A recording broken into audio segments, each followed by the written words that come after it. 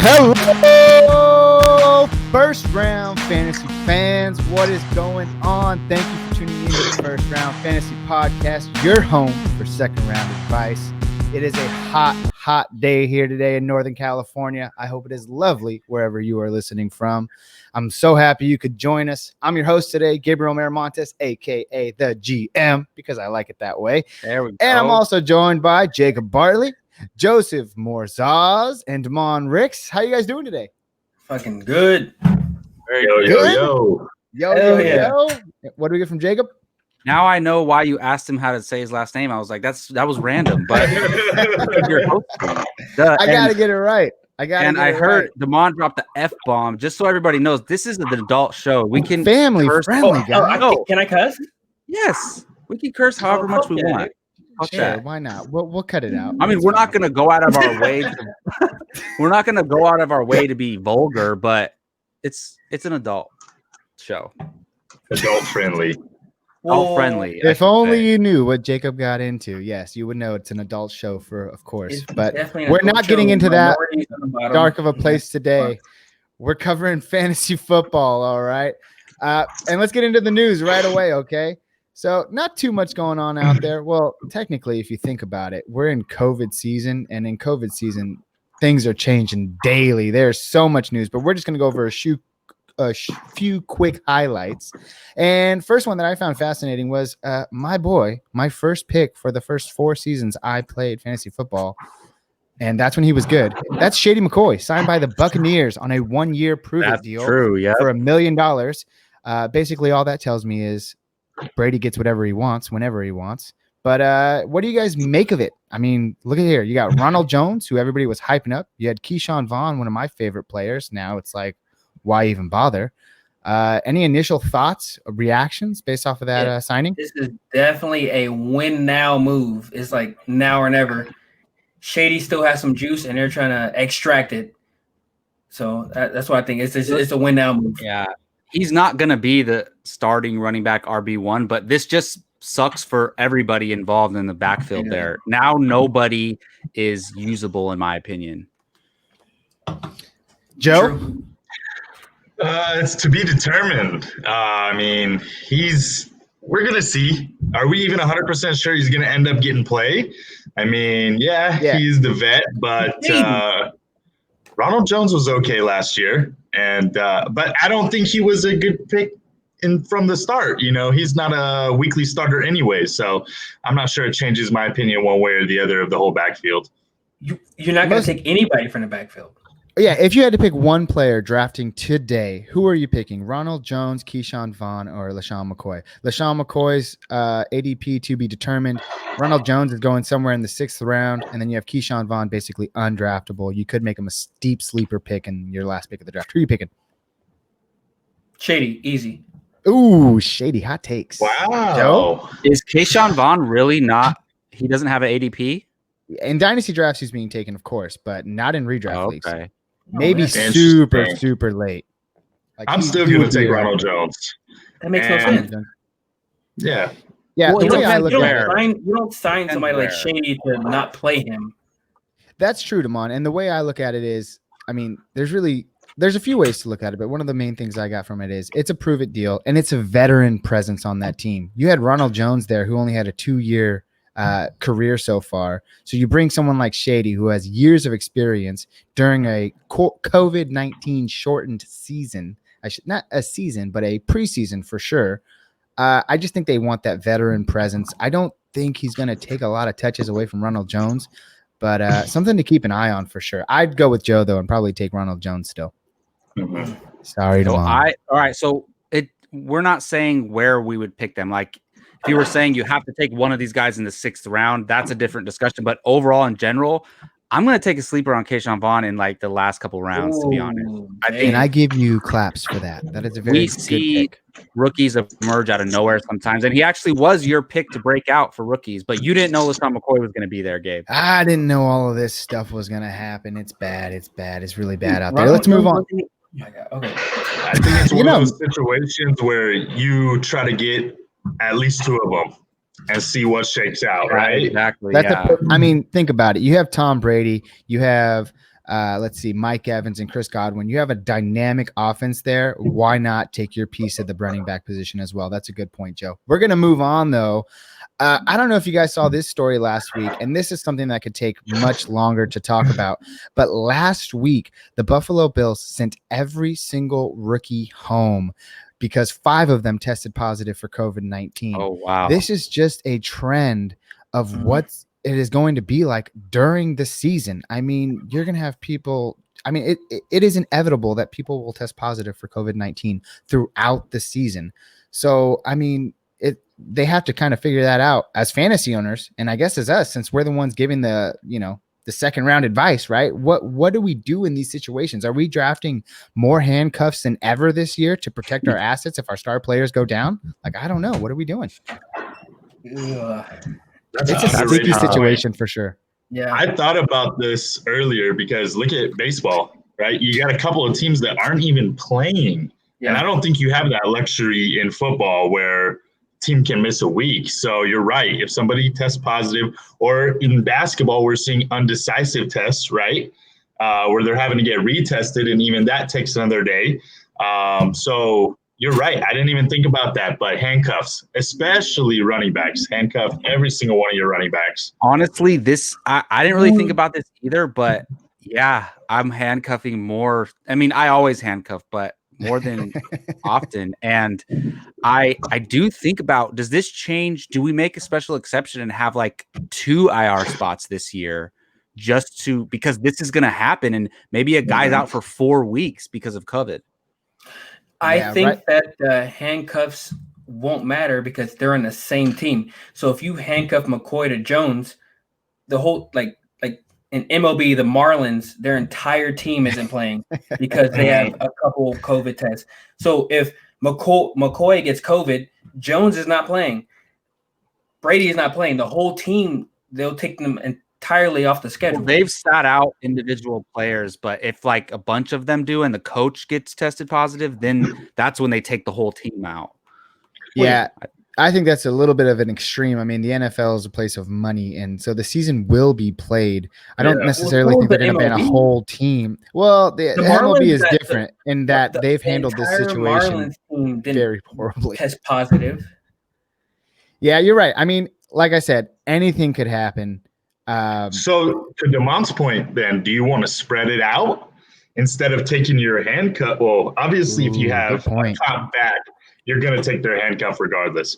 But let's say that you have Josh Jacobs or somebody where, it's not necessarily, obviously you always want to have the starter's handcuff. But like Demont said, if Josh Jacobs isn't playing, his backup might not play.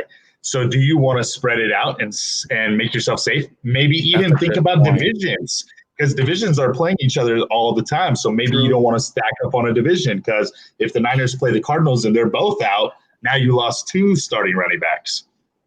True. Yeah, I mean, you guys bring up a lot of good points, and that only further emphasizes that we need to do a COVID designated episode, probably closer to when the season starts, to highlight all of these new things and processes that are going to be taking place in the near future. But we'll just crossing my fingers that the season actually happens. Yeah, definitely. That's first and foremost. We're going to move on to the last piece of news before we jump into the division breakdown of the AFC West. Before we move to the AFC West, throw it to me for like 1 minute, okay? Of course. Giving you a heads up, yeah. All right, should I pause and start again? No, you're good. Go ahead. My last bit of news. Go to him, dude. Stop being stingy. It's kind of a crazy piece of news. You guys might have heard it. It was burning up everyone's eyes today when they saw it. Everyone took a big It was that the Raiders had signed Jeremy Hill. Oh my gosh, right? Protect Josh Jacobs. He's in a vulnerable place now. Just kidding, right? No one cares about that. But that is a perfect segue. And before we do jump into our AFC preview, I'm going to hand it over to Jacob. Jacob, what's going on? So, real quick, I just wanted to show you guys something. Little surprise I have for you guys here. Right. And for us? Yep. It's a surprise I have for you guys. For me personally, or for all 3 of us? For all of us. And I will say, you guys all know my friend, Jake Berlin. We can thank him for this. Nice. Wow. Awesome. Order He 1,000. designed We got him. shirts for us. He designed first round fantasy shirts for us on TeePublic, and not just shirts. They have a bunch of stuff. As Gabe showed us before, Oh my goodness. This is way better than Gabe. A bunch of different stuff. You can buy hoodies. Phone cases. Don't forget phone cases. Oh, yeah. Well, that's cheap for a hoodie. Hoodies usually cost your whole house. The hoodies are expensive. You can also they got a bunch of different stuff on here. The stickers are dope. Hey, Jacob, can we go ahead? Jacob, can we go ahead and get that link at the bottom of the show? At the bottom of the show notes. So we're yes, we are gonna put the link to this in the and of course go get your first round fantasy mask. Be safe, wear a damn mask. You can if you go to tpublic.com and just search first round fantasy, you can find them. But I'm also gonna put the link in the show, and I'm gonna text you guys the link as well. So for like 24 hours, they're on sale. So when a new item launches on TeePublic, they're on sale. So you guys should buy some soon before they go off of sale. That's amazing. I felt like I just got. I felt like I was just watching a trailer reaction. Shout out to Apocalypse Films, by the way. If you haven't followed Apocalypse Films and you love movies, go give a shout out to Apocalypse Films. They're amazing over there. Yeah. And one last bit of news before we. Thank you, by the way, Jacob. That was awesome. One last bit of news before. I know I've already said this like 5 times, but before we get into the AFC West preview, I want you guys to know that if you are tired of mock drafts, you are tired of just drafting against bots all day long, guess what? It is real. This Wednesday, 9 p.m. Eastern, 6 p.m. Pacific, First Round Fantasy's first ever Podcasters Fantasy League, up and coming, is doing a league. We have a lot of great fantasy advice givers that are joining our league. We are so thankful to have them. And again, it is a real time. We will be live streaming it on YouTube. We'll be sure to send out the link. Make sure to follow the gram and be on the lookout for that. Again, that's this Wednesday, 9 p.m. Eastern, 6 p.m. Pacific. Let's get into the AFC West previews. And I feel like this is daunting because guess what? We're starting off hot. We're starting off with the third best team in the division. That is the 7-9 Las Vegas Raiders, baby. Ooh, did I say it right? Come on. How dare you say Al Davis say it. Raiders, baby. Heading into a new stadium in Las Vegas. Derek Carr on a make it or break it deal this year. They have a high investment in Marcus Mariota. Their $17 million man over 2 years, $7.5 million guaranteed. You have the stud Josh Jacobs coming into a sophomore season. Sophomore season. Hopefully he doesn't have a sophomore slump. And we have the new addition of Henry Ruggs. What do you guys make of this team? I guess I would start off by saying, is there any way that we see Josh Jacobs improve upon what he did last year? I mean, he can only go up, right? Breakout player last year. Top 5. Wow. Ooh.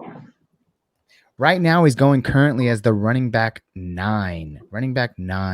So you see him going top 5. So I'm showing the depth chart here. If you guys can see that. Not you guys, but the viewers can probably see it a lot better. So this is the depth chart. So we have obviously Derek Carr's a starting quarterback, Josh Jacobs starting running back. Top receivers are Tyrell Williams, Henry Ruggs III, Hunter Renfrow. They also have Zay Jones there and Nelson Aguilar. They got a lot of wide receivers. They have Darren Waller, Jason Witten at tight end. So those are our top guys we'll be talking about here. That's pretty helpful. Let's start it off with Derek Carr. Derek Carr last year, I mean, he wasn't anyone's QB1 for that matter, but you may have used him towards the end of the season during bye weeks, especially. I mean, this is his make it or break it year. Like I said before, you don't spend that kind of money on a backup quarterback if you don't intend to either intimidate your quarterback or have plans to use him in the season. So how likely is it, and I'll propose this question to you guys, how likely is it that we see Derek Carr play a full 16 games this year? Let's just say a percentage. I think it's highly likely. Highly likely. You think it's 100% likely? A freak accident happens. I mean, we could look at Tennessee's situation last year where we saw Tannehill play 7 or 8 games. Boom. I mean, not Tannehill. Mariota played 7 or 8 games. Then boom, turned it over into Marcus Mariota's. What am I saying here, guys? We saw Marcus Mariota start 8 games last year. Mariota's his backup. Look, I think there's a 60% chance that he plays the whole season because I think this is Derek Carr's last chance to step up, or they're moving on. And I don't think that means Mariota's their franchise quarterback going forward. Not at all. I think Mariota's a guy who can step in and just take over because even though Derek Carr's probably a better quarterback than Mariota, people just get tired of guys. They don't want to give them any more chances. So for the fan base, they might just want somebody new. So I think there is a high chance that if Derek Carr doesn't play excellent, that he gets benched. Yeah, but last year he threw for the 8th most yards in what most Raider fans would consider a bad season. 21 touchdowns, that's mediocre, middle of the pack. Interceptions, 8, that's also, middle of the pack. And that was a bad season. So I believe that it would take a lot for Mariota just to come in because Mariota is very similar to Carr in terms of play. They're middle of the pack quarterbacks. So I feel like he would have to exceed Carr to take over his spot. And I don't see that happening early in the season. I feel like more so that'd be like 10 and so games further in the season. Yeah, Damon, that is a good point. And you brought it up that, those were lackluster numbers. And speaking, as both of us here, as Raider fans, we are pretty harsh when it comes to showing love to our players. We're pretty quick to turn them out the door. However, he did have Mike Glennon and Nathan Peterman as backups last year. I do think Marcus Mariota is a step up from there. And let me just show you a little tidbit. Do you guys remember before Gruden was the coach of the Oakland Raiders, he was the host of his own little segment on ESPN called the Gruden Grinders? Of course. Well, guess what? Derek Carr and Marcus Mariota came out the same year, 2014, and I think he had someone ranked a little bit higher than Derek Carr. Do you remember who that was? It was your boy, Marcus Mariota. Oh, my goodness. Yeah. So there could be a love connection happening here in Las Vegas. Yeah, I'm going to go bold prediction here. I don't think he makes it past the first 6 games. I'm looking at the Raiders schedule. I see the Panthers. And I think the Panthers are going to be better this year than they were last year. They got Bridgewater. They have CMC. Am I wrong there? Teddy Bridgewater. No, they have Bridgewater, but Bridgewater. Who did they have last year? They had Kyle Allen? Are you kidding? What was Bridgewater's record last year when he stepped in for Drew Brees? 4-0. I'm saying, okay, they've got the Panthers, the Saints, the Patriots, the Bills, the Chiefs, then the Buccaneers. That is a pretty tough schedule to start the year. It's grueling, for sure. And I don't see them winning more than, at best, 2 of those games. But I'm going to go ahead and say they're going to start 1-5. I'm not even being biased here. I think they're going to start the season 1-5. I don't see them beating the Saints. The Patriots have their number, and I don't know what's going to be happening this year. But Belichick, we talked about this last week. It's Belichick's team. It's not Brady's team. I don't think that team is going to take a huge step back. I don't think they're going to be as dominant as they have been. The division is up for grabs over there. We'll talk about that a different week. But I still think they're not a team that you're going to walk all over. They're a defensive team. They were the best fantasy defense all of last year. They're gonna beat the Raiders. The Saints are gonna walk all over the Raiders. The Bills are a tough team. We've talked about that before. 1-5, and I think Derek Carr gets benched before they make it to Week 7. And Mariota starting. I'm not sure he's gonna do any better, and it's maybe not Derek Carr's fault. But they are not going to have a lot of success to start the year, and that's unfortunate for him. And you're acting like you have Mahomes behind Derek Carr. It's Marcus Mariota. I just said, it's not necessarily Derek Carr's technically, fault.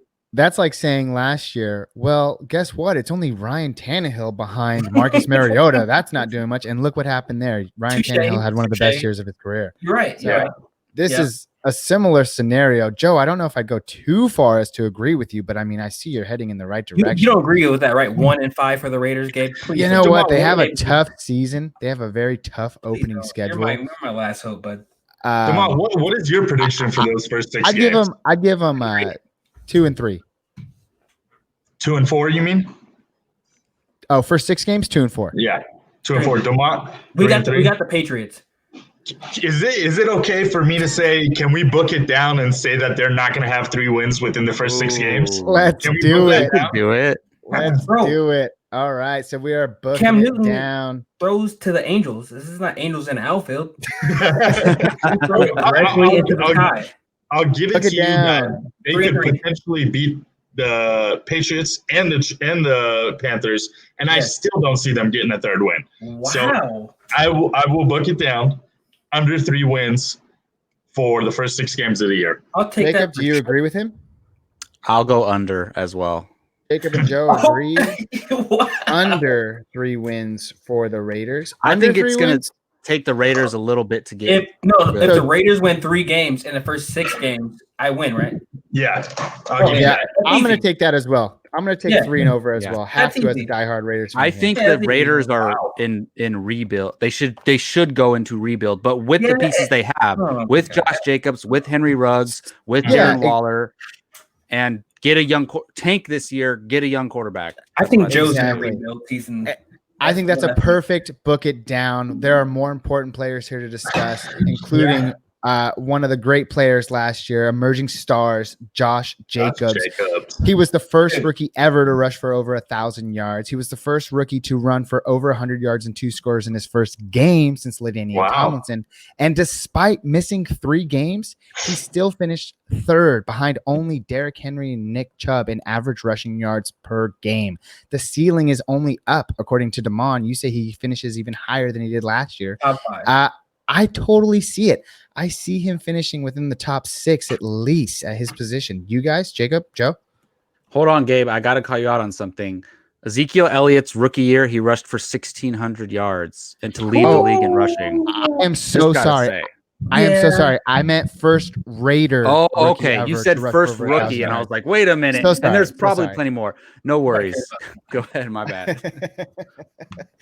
But yeah, I can totally see him having a top 6, top 7 type of year. Right now, currently the running back 9 off the board. I mean, I just think there aren't a lot of question marks when you get to those top guys, the CMCs, the Zekes. You know, those positions are locked down. But right around where Joe Mixon is going, Dalvin Cook. Let's see here. There was someone else we were talking about the other day. Oh, now we have Clyde Edwards-Helaire entering the conversation. And I'll propose this question to start us off. In a redraft league, are you guys still, or who are you choosing? The consistent Josh Jacobs or the question mark on the high octane, who we will talk about next, Clyde Edwards-Helaire? They're both going around the same exact draft spot right now. Who are you guys going to have? Josh Jacobs all day, and we could save Clyde Edwards-Helaire when we get to the Chiefs, but I'll just answer the question. Josh Jacobs, hands down. Yeah, I'm going to go with Josh Jacobs too. Joe, round us out. Come on. I'll go Edwards. Okay. Well, then we'll talk about it. I want to talk a little bit about Josh Jacobs. I like him. If you guys remember last year, Gabe, you weren't in this league, but DeMont and Jacob were. I took him in the 2nd round. Part of that was because I knew we had Raider fans in the league. I knew I was going to be able to sucker one of you for a lot more, which I did. But I liked him as a player. But you know what his biggest downfall to me is? He doesn't catch the ball very much. I was looking over the numbers. 27 targets last year in 13 games. That's 2 targets a game. That's super low for a running back. And he only had 20 receptions. So, yes, he had a fantastic year running the ball last year. He'll probably up his touchdown numbers without a doubt. He had 7 last year. I'm seeing at least 10 this year. But the only way that he enters that top 10 conversation as a steady must-have top 10 guy is if he's catching at least 35, 40 balls. And that's not a lot to ask for, but he needs to double basically what he did last year. And I'm not sure Derek Carr is going to be the quarterback to do that. So with Mariota, if he takes over, as I predict, before week 7, then he might do it. But we lost DeAndre Washington. That was the other guy. Well, we did sign Jeremy Hill. And what about catch balls? He never catch balls.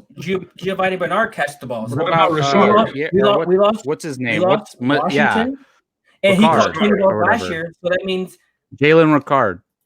I mean, to Joe's point, we still have Rashard. He was catching balls last year just as much as Washington. Yeah, exactly. So we lost Washington to the Chiefs, which is going to hurt Edwards. We'll talk about that later. But yeah, I mean, good point. We have Richard. Richard didn't catch as many as Washington did, and we lost him. And obviously, Jacobs is a dynamic playmaker, so Gruden is definitely gonna work him into the play more than, especially in Washington. I think one of the reasons why we saw the departure of DeAndre Washington was to open up Josh Jacobs' ability to catch the ball. Exactly. So I do see quite a bit of an uptick in catching those balls this year, but not to the extent that Joe. I couldn't agree with Joe as well. I could definitely agree with Joe there. Mm-hmm.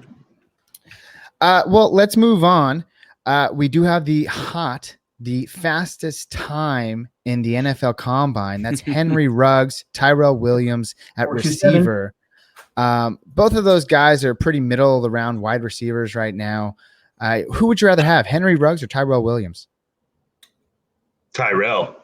As far as fantasy is concerned, Tyrell. As far as fantasy concerned, so you don't like upside?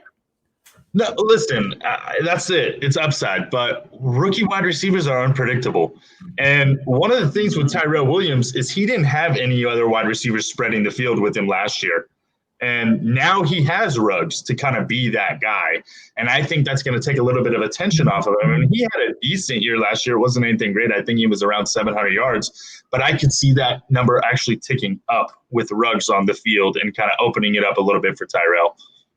I feel like Byron Edwards is going to take that man's spot. Byron Edwards is 6'4" stud. He's going to be like a DK Metcalf, just grabbing balls. Well, so Joe, I heard the same thing about Keelan Doss last year. He's 6'3". He's a monster. UC Davis. He's going to do it. Joe, I think this is tough. Opinion. Go ahead, Jacob. So I was going to say, we all thought Tyrell was going to be a good fantasy wide receiver last year. He had a few good games to start the season, and then he kind of fell off and he disappeared. And I don't think he got injured. He just kind of sucked. And it's not all his fault. Derek Carr wasn't doing great as well. He was throwing the ball to Darren. Look, Derek Carr just throws to the tight end. He threw to Jared Cook the year before, and Jared Cook was balling. That's what he signed a deal with the Saints. And then he throws to Darren Waller. And quarterbacks who aren't as capable throw to their tight end. So I don't know. I don't even think it's Tyrell Williams' fault. I think with a better quarterback, he would do a lot better. So I don't know. I don't feel good about either of these guys, to be honest, but I give the slight edge to Tyrell Williams. Hey, I just want to go ahead, Joe. Let me cut you off for just a second, Gabe. I'm going to bring back something from a couple of years ago, but DeMont, Jacob, it was the three of us talking. Tyrell Williams was a rookie. Michael Thomas was a rookie. And I had Michael Thomas on my fantasy team. Here we go. Do you guys remember we talked about who's going to have a better career? Do you guys remember that conversation?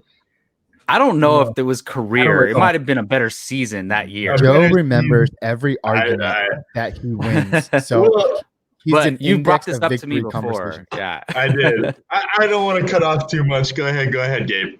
Well, I'm just saying that I see what you're saying, though, Joe. Like that, we did talk about that. DeMont and I were high on Tyrell Williams like 3-4 years ago, like very high, and nobody was talking about Michael Thomas. Yeah. Dude, I don't understand how you guys can think that Tyrell Williams is going to do better than Ruggs. Last year, he did 651 yards. I think that Ruggs can do that in 3 games. Literally with 4 passes. He can take it to the house. Tyrell Williams never ran a 4.27. Wait, are they going to expand the field so that he can have 650 yards and 4 catches?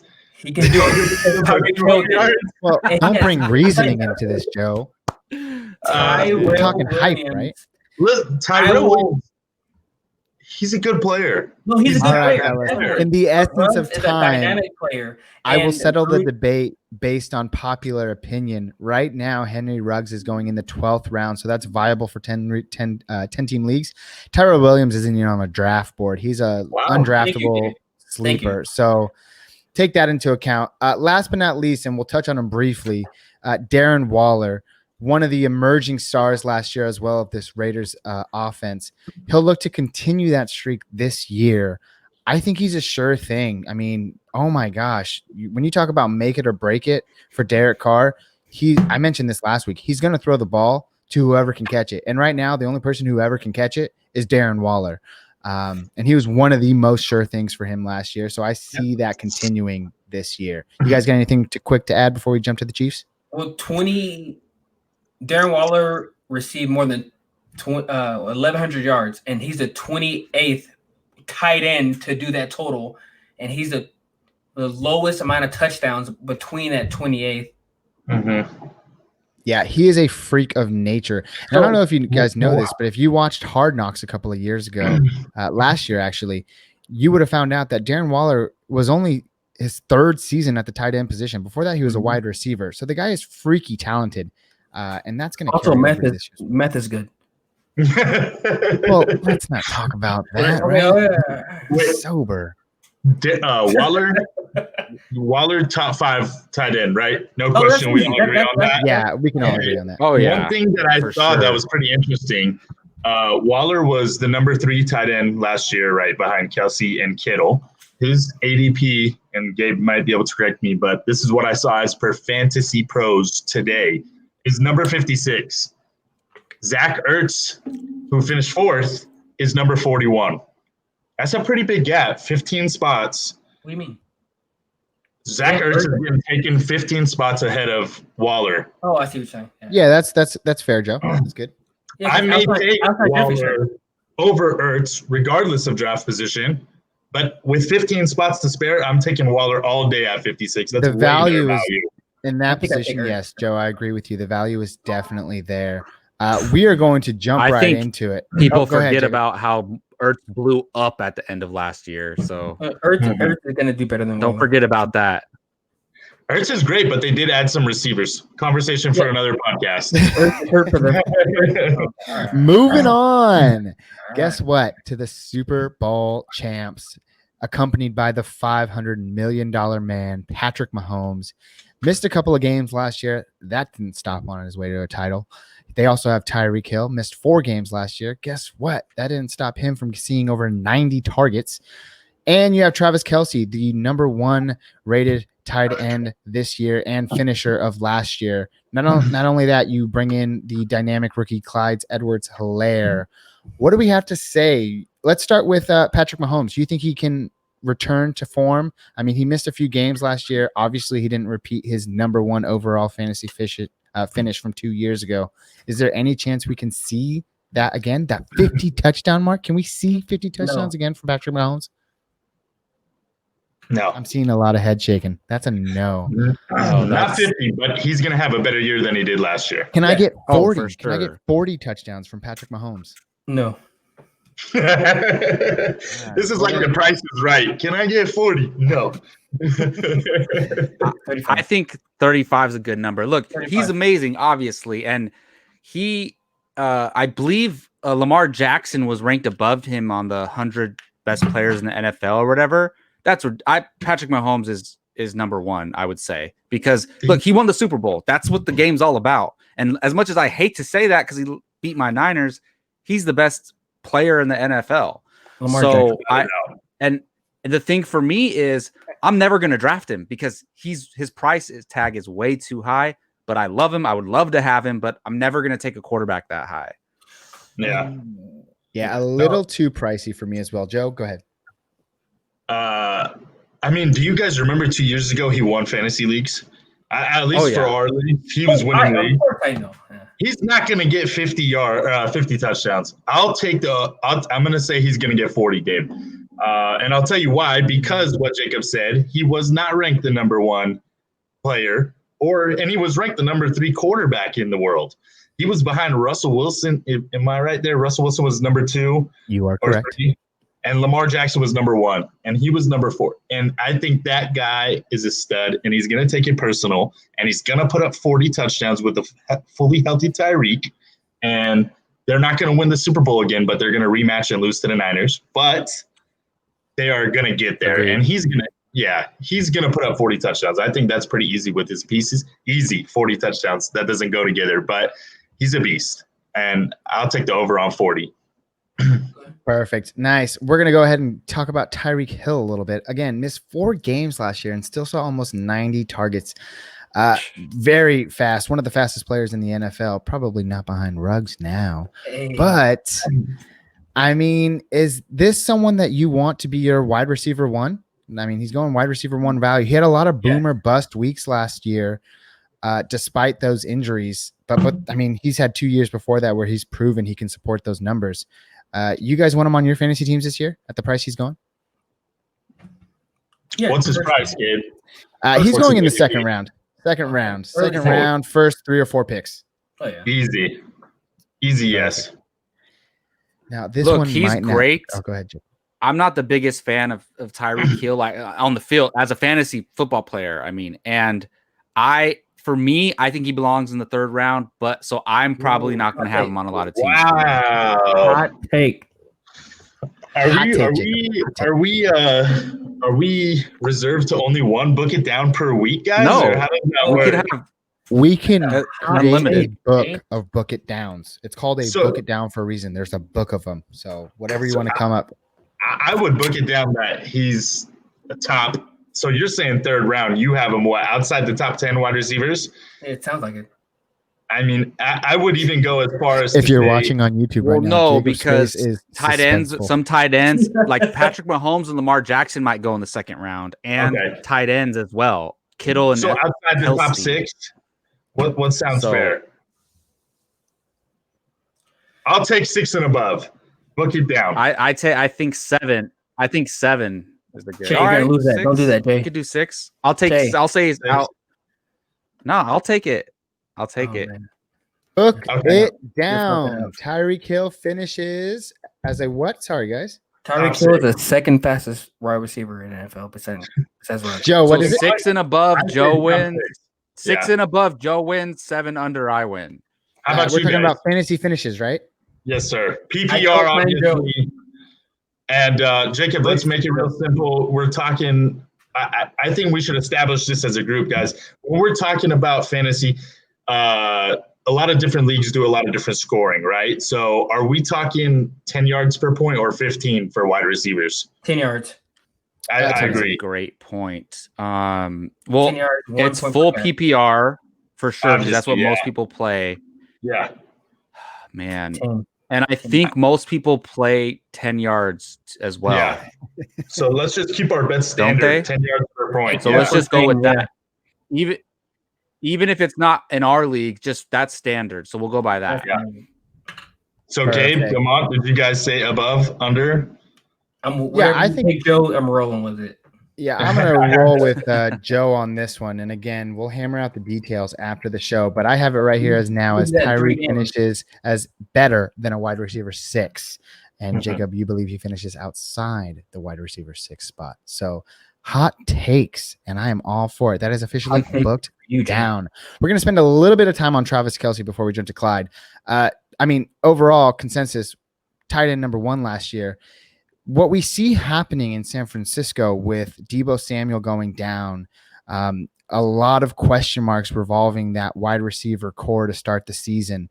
Is there any chance that Kittle sees an uptick in targets and therefore that first, 3 or 4 weeks of the season, Kittle's arguably the number 1 overall tight end in the league? And if not, can Kittle finish? Can he take that thrown away from Travis Kelce? What do you guys think? I'm not. No. I'm with Demont. No. Listen, Kittle is the best tight end in the league. There's no question. But fantasy he is actually. Travis Kelce is the best. Demont, did you not see? What does he do better than Ertz does? Does he have blocking? Everything. Better than Zach Ertz? Everything. Better than Kelce? He's a better blocker. He's a better. He just plays in the offense better. He's a Swiss knife. Wow, he's a system guy. Oh, real football, Kittle's better. Fantasy-wise, Kelce's guy. He is not a better athlete than Kelce or Ertz. Listen, I'm taking Kelce in fantasy, but in real life, if I need to win a Super Bowl, me and most of the players in the league, if you're talking about real football, Kittle. Kittle was ranked number 7 overall, voted by the players in the top 100 in the league. Where was Kelce? I don't even know. Hey, Kittle had the highest tight end ranking. All right. Well, those are again. Kelce was number 18. George Kittle was number 7, voted by their peers. Yep. George Kittle is a beast when it comes to breaking a tackle from a 160-pound free safety, for sure. He's throwing linebackers like it's The Rock throwing Kevin Hart out the way. Kelsey's still gonna be the number one fantasy tight end because he has the best quarterback in the world throwing to him, and there's nothing we can do about that. Yeah, that's a good assumption. True.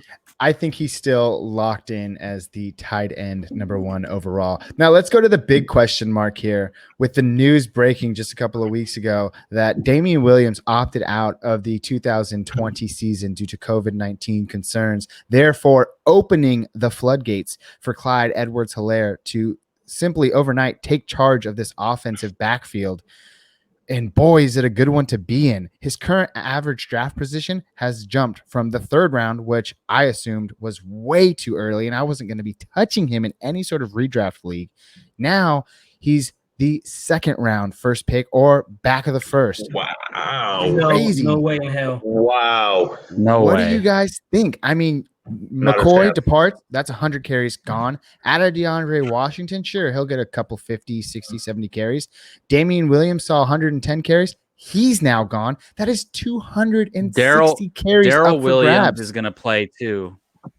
And Darwin Thompson, right? Wasn't he the guy that kind of stepped in a little bit last year? Lamar Miller's a free agent. There's no way I'm drafting a 5'7" guy that's not named Maurice Jones-Drew.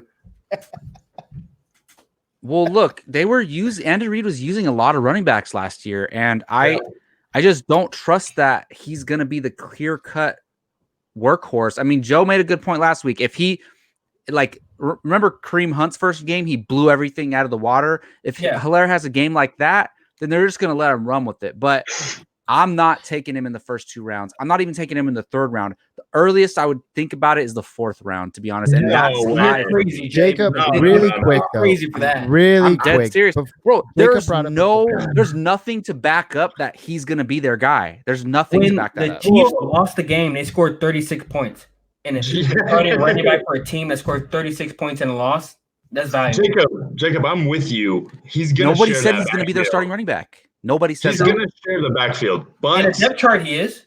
He's gonna get at least 150 carries this year, and he's gonna get some catches. And those are high flex numbers. In a league where you draft running backs in the 1st and 2nd round, he's not going to be there on the 4th round. And I understand that you're not saying that that's your point. You're pretty much saying you're going to pass on him this year because obviously he's way too expensive. I'm not saying he's going to drop to the 4th round. I'm saying I'm not taking him until the 4th round. Hey, Jake, you say he's not going to start. Is DeAndre Washington going to start? He's unsure. No, I'm saying he's going to start, but I'm saying he's not going to be he's not a clear-cut workhorse running back. There's only how many? 6 of them. He's not joining that club. I'll speak to Jacob's point really quick. You bring up a good point. I mean, before Kareem Hunt went and kicked that girl, he was the lead running back in that backfield. And after his departure, they devoted it to a clear committee backfield. So I think to speak to Jacob's point again, we could see a committee backfield to start the season here. And that means that there's a lot of opportunity for a lot of running backs. So, I mean, it's not necessarily his backfield to own. It's definitely his backfield to take. And we could see that emergence like Kareem Hunt did back in 2018. And look, I'm probably going to be wrong about this, but I'm just not getting burned by a rookie running back taking him that high. You're right. I'll draft him in the 13th round. But I also don't trust any of his other 3 guys. Oh, no, not at all. Edwards is a 1st round pick, by the way, guys. It's an easy, clear cut. The Chiefs had a point differential of 136 points. The Raiders had a point differential of negative 46. These guys scored points. So if you have him as a clear-cut 1st round pick, yes, that means that you have Josh Jacobs, who you like more fantasy-wise, right? We already established that earlier. No. I don't. As a fan, yes. But as a fantasy player, Edwards is the guy because he has. So you were with me on that. The second guy is DeAndre Washington, and he got no love in Oakland. Yeah. Guys, I'm breaking it right now just for the sake of time, but we're doing another book it down. Who has the better fantasy finish this year, Clyde or Josh Jacobs? Josh Jacobs. Clyde. Josh Jacobs. Clyde. Perfect. Book it down. Fantasy. What about you, finish. Gabe? Book it down. You know what? I'm just gonna keep my you got to pick now because we nope. You got to pick. I see Jacobs having the better year. There we go, guys. And here we go. Moving on down south to Los Angeles. The 5-11 Chargers last year. They were a hot mess. Phillip Rivers departs. Insert Tyrod Taylor, at least for the first 6 to 8 games. Austin Eckler, a full-blown star last year, entering the season off to the gates, breaking out, doing things no one had ever seen until Melvin Gordon came back.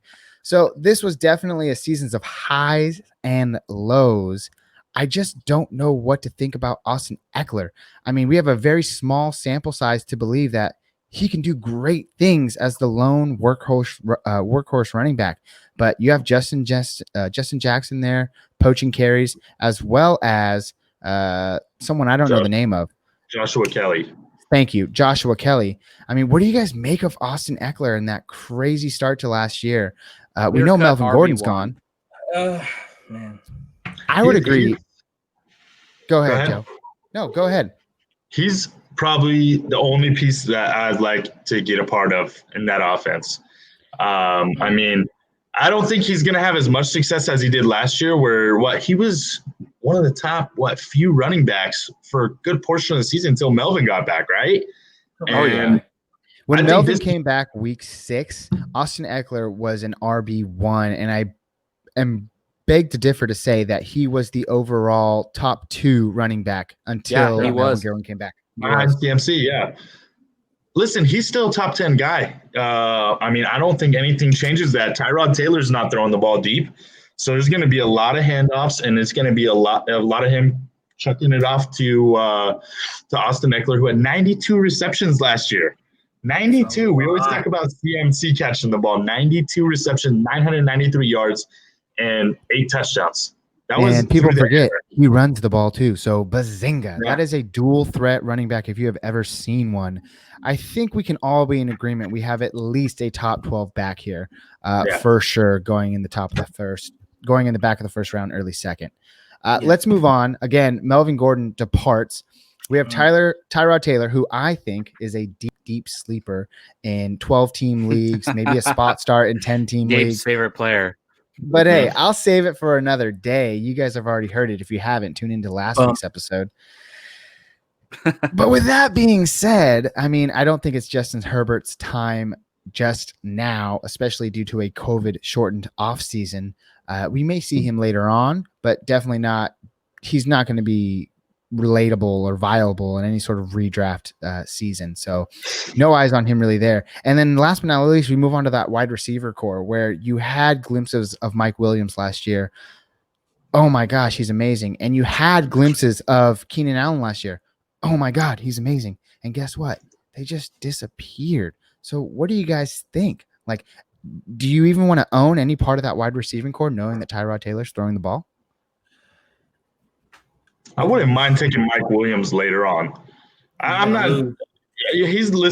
Last year, people were drafting him in our leagues somewhat early, 6th round, 7th round, some even in the 5th round. It was a breakout year for him. The year before, he was coming off 43 receptions, 665 yards, 10 touchdowns. Listen, guys, last year, he had 1,000 yards. Did you know that? He broke 1,000 yards. He had 90 targets. He only had 50 catches. That's pretty insane numbers, 20 yards per catch.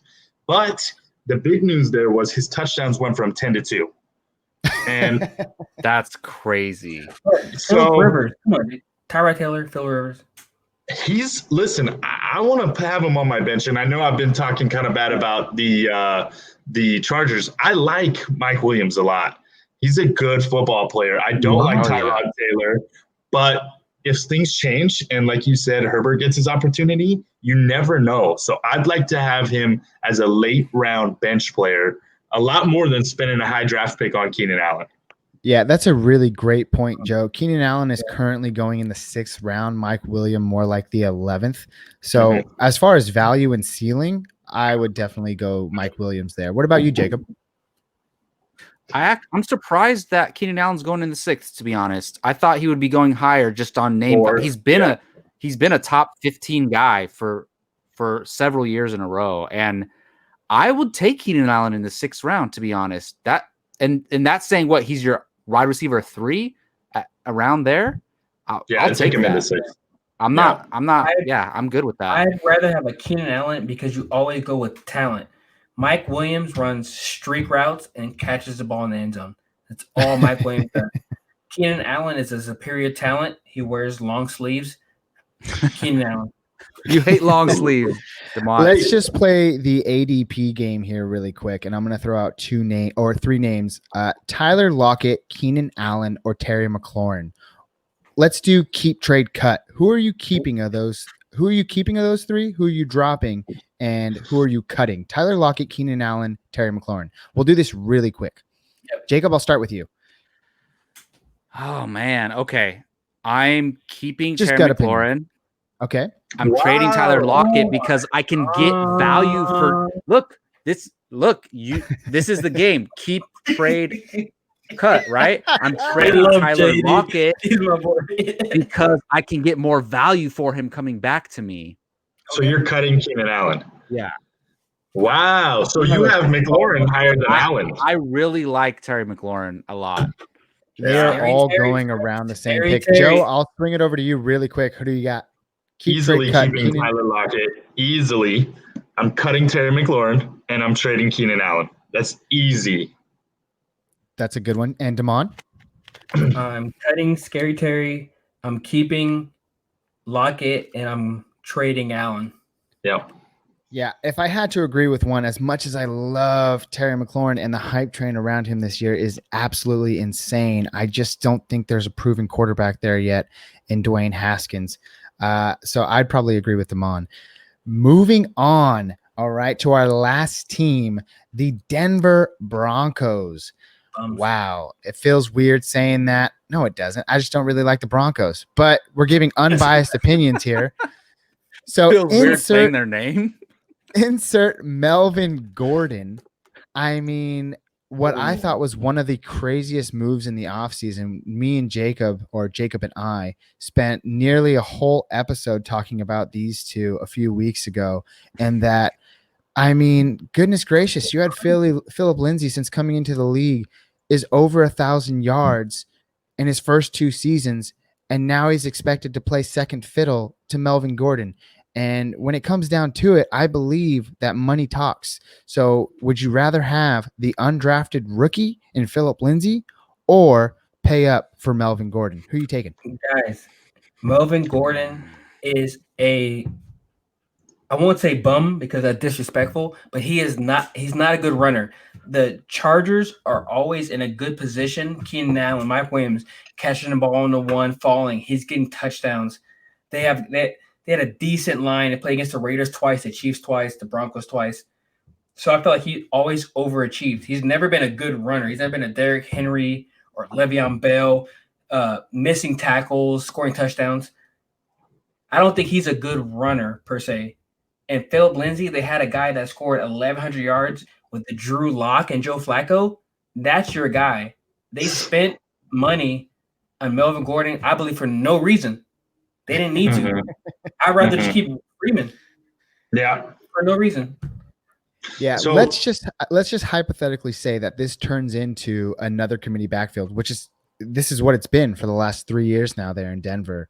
I mean, Damon agrees he'd rather take Philip Lindsay. I want to say that I agree with Damon. I just don't know about the money. Joe, what do you got? I agree with Damon. Here's the thing. Philip Lindsay, I doubt that guy the last 2 years, and I was big on the Royce Freeman bus. Obviously, I was wrong. But Philip Lindsay is a baller. Okay, so was I. Yeah, Philip Lindsay's a baller, and Melvin Gordon is not really that good of a runner. Like Damon said, he's in a great position. Listen, he's going to get touches. He's going to get targets. He's going to score touchdowns. Nothing is going to change. But that is at worst a 50-50 backfield. And I think Philip Lindsay by week 8, week 9, once they realize that they made a big mistake giving him all that money, is going to be the lead back, not the workhorse, but he will be a lead back on that team. Yeah.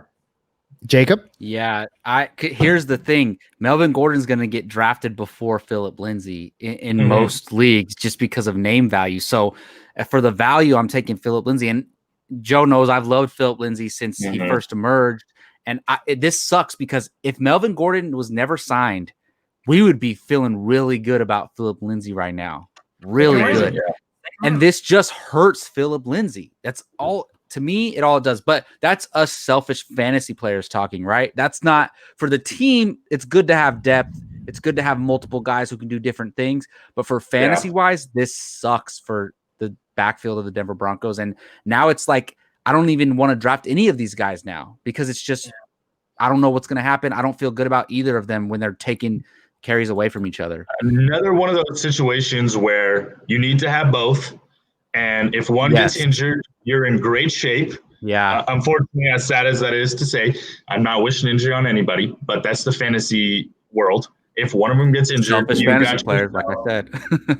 You've got yourself a solid RB2, maybe even RB1. As is, you're maybe flexing these guys. Yeah, flex. I'd have to agree with Joe. I mean, Melvin Gordon's going in the 4th round. Philip Lindsay's going in the 10th round currently. Wow. If this is going to be a committee backfield, I want all of Lindsay at that value. Melvin's going in the 4th? 405. Like you said, man, average 3.5 yards carry. Take him. Everybody, you take him. I'm passing on that. Well, even last year, holding out, he was going, 5th, 6th round? Holding out. Lindsay's the guy. True. He's my is he half black, half white? Because then he's Shane's son. Yeah. Let's go ahead and move on. We got a few more players to talk about before we close out the show. Let's look at the wide receiver position. Cortland Sutton. Again, it seems like this is an episode full of emerging stars in the NF or in the AFC West. I'll start it off with a hot take. There is no way I'm touching that guy this year with Chad Kelly behind the helms. What? Chad Kelly? Who's the quarterback there in Denver? Drew Lock. So sorry. Hey, cut that part out. Cut that part out, guys. I will. Advice, but, the baby was crying. That's like 12th round advice. Cut it out, dude. The baby was crying. All right, hold on. Reset.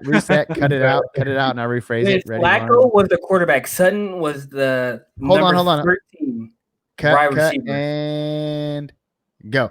I'll take a hot take here and say that Cortland Sutton, I'm not touching him this year with Drew Lock at quarterback. What do you guys got to say about it?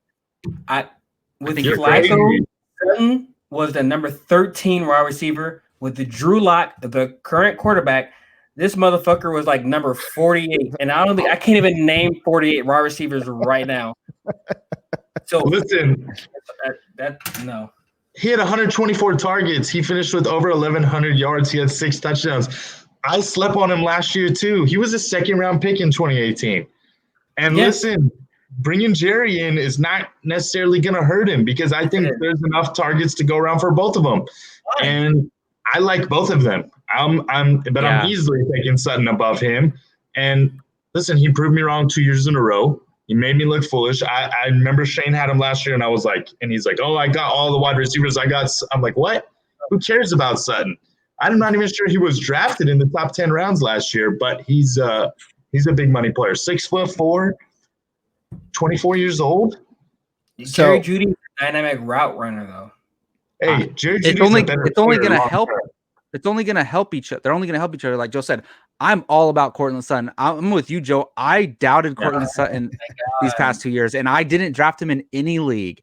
And now I'm like, damn, I wish I had him, especially like you said, our buddy Shane has him in the Dynasty League. I'm like, let me get that. Let's make a trade, boy. Like, I want that. Cortland Sutton. Right. I'm all about Cortland Sutton this year. Gabe, do you have an ADP for him? I do. He's currently going he's going at the back of the 6th round. So I'll take that all day. Now, let me ask you this. Gut feeling, guys. Gut feeling. We're going to do rapid fire questions here. Gut feeling, and I'll go with Jacob first. Jacob, Cortland Sutton or T.Y. Hilton? T.Y. Hilton. Okay. Joe, Cortland Sutton or Tyler Lockett? I'm a Lockett guy. But I'll take him over Tyler. And last but not least, DeMont. Let's see, Cortland Sutton or Devontae Parker? Oh shit, Devontae Parker. Yeah. So it looks like you guys all chose other players. They're all going around the same area in ADP. Tyler Lockett 6.8. T.Y. Hilton 6.5. So they're all right around there. Players that you might see on your draft board, and you might have to make a decision. And your gut said otherwise. But that's not to say. What do you guys think about Drew Lock? Do you think Drew Lock can support? A fantasy wide receiver 1 for NFL purposes? For fantasy purposes? Dude, he averaged 6.8 yards a throw. No. Yeah, I'm gonna have to agree with Damon on that. I'll give you guys I don't think Courtland Sutton's I think Courtland Sutton's a guy who can perform regardless of quarterback play. That is a fair assumption. I'm not necessarily going to push this into book it down territory. I'll say it's a good thing that we can look at as we get closer to the season and maybe have a small sample size. I just don't think we have a lot there with Drew Lock as quarterback already pertaining to last season. So let's get a few more games under our belt and see how things are shaking out, and we'll revisit that situation shortly. Guys, I guess we could talk about Drew Lock really quick, but that's our last player. What are you guys thinking? Noah Fant?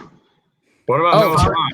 Tight end Noah Fant. How could I forget about him? First rookie receivers to score the receiver 500 yards.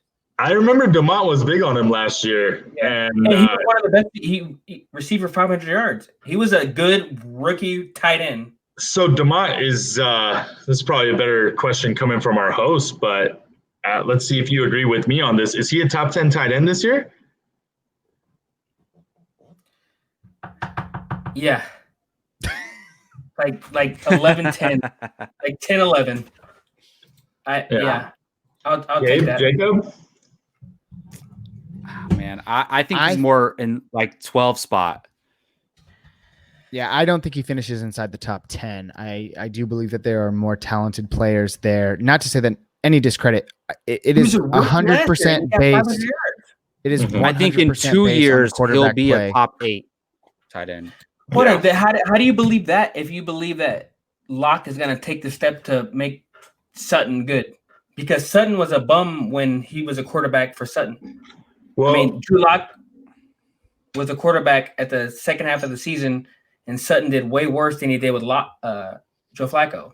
Yeah, but Flacco's got the big arm, right? Doesn't make him a good player. Drew Lock was winning games. Flacco wasn't. But Drew Lock was winning games like how Peyton was winning games that Super Bowl year, barely. Yeah.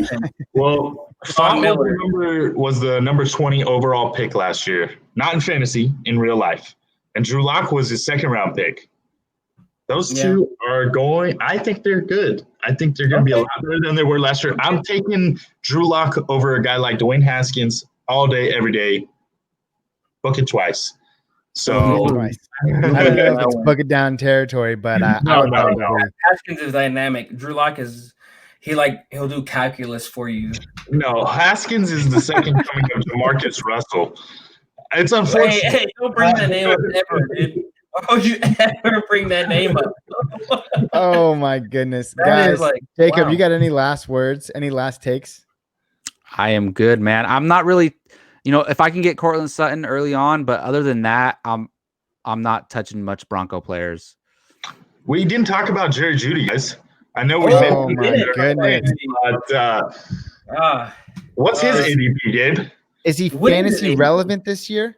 What? Let's start off with that. You think Jerry Jeudy is fantasy? I mean, you have a second-year quarterback in Drew Lock who didn't really provide any sort of fantasy value for Courtland Sutton. Now you're throwing in another wide receiver. Yes, he was great in college, but Joe, you had mentioned earlier in the show that rookie wide receivers don't necessarily translate and progress that well early on in their fantasy football careers, not to mention NFL careers. I mean, I just don't think there's a lot there for Jerry Jeudy this season to kind of take helm or provide any sort of fantasy relevant. Can you prove me wrong? I'm open for it. Last year, and I know what I said, and I don't not believe it, but last year we had Deebo Samuel, Terry McLaurin, we had DK Metcalf, and I know I'm missing a couple guys. You are. So it's not necessarily that rookie wide receivers can't be fantasy relevant. They're just unpredictable. And you never know who's going to be the ones that break out. I think Jerry Jeudy is the one that is going to have a fantasy relevant year more than his counterparts.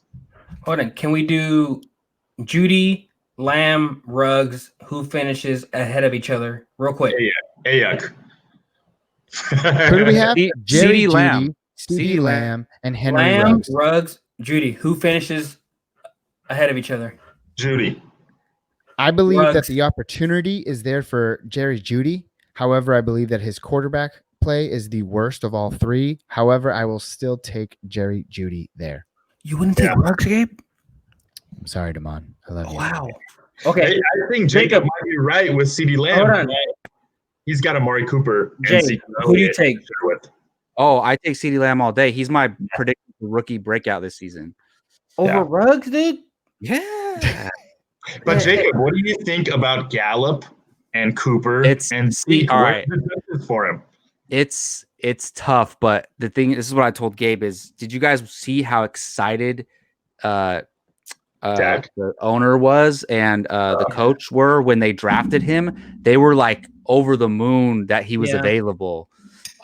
So like Jerry Jones. And I think they really like this guy. And the thing is, Michael Gallup's really good. Amari Cooper's borderline wide receiver 1.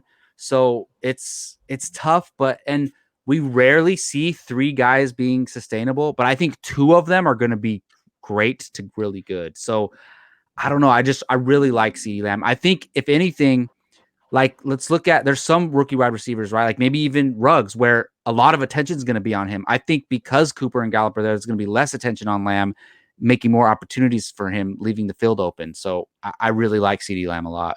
I have to agree with Jacob, just because Lamb curved his girl during draft day. Snatched his phone out of his girl's hand. Like, he looks like a superstar, and his name is awesome.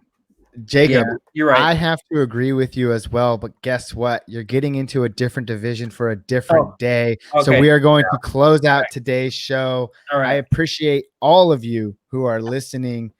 Thank you so much. Now, guess what? You can support us by going over to tpublic.com, searching First Round Fantasy. Get your favorite phone case with First Round Fantasy merch, sweatshirts, t-shirts, inhalers. Mugs. If you want to do that, be pimped out. Running that mile. Pillows. Pillows. Oh my God. Coffee mug, and I'm going to be drinking some a little bit of whiskey on the rock. Don't forget, guys, for the next 24 hours, they're on sale. And this website, they have a sale like every 2 weeks. They really do. Don't tell the viewers that. They need to know that it's right now. But like normally a t-shirt's $20, but every 2 weeks they'll have a sale and they'll be $14. So, but right now they are on sale. Perfect. And one last thing, obviously head over there and check out all the merch. That's awesome. But one last thing, we are live streaming. Again, I'll throw it out there. This Wednesday, all 4 of us are going to be here drafting the real deal. All right. That is 9 p.m. Eastern, 6 p.m. Pacific. We would enjoy you there. Please feel free to say hi in the comments. Oh, yeah, we're going for it all the way. With that being said, thank you so much to my lovely people today, Jacob Barley, Joseph, and Demont Ricks. I'm sorry, Joseph Mraz and Demont Ricks. It was a great episode. It's Mo Sauce, next time. Come on. You know what? This is like the whole Jacob and Gabe situation. You can't pronounce Joe Gabe. Moore. I gotta go Joe Moore. Mirage is a more difficult name to pronounce than Joe Moore. Gabriel. Joe Moore. Needless to say, thanks everybody. Have a good night. See you next time. Peace.